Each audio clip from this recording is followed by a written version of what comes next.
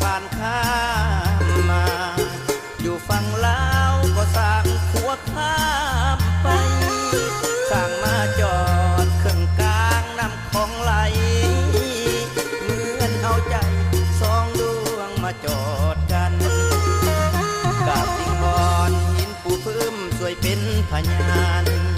เจ้าทินเจ้าทานบุ้งกีและดอนหมากไฟ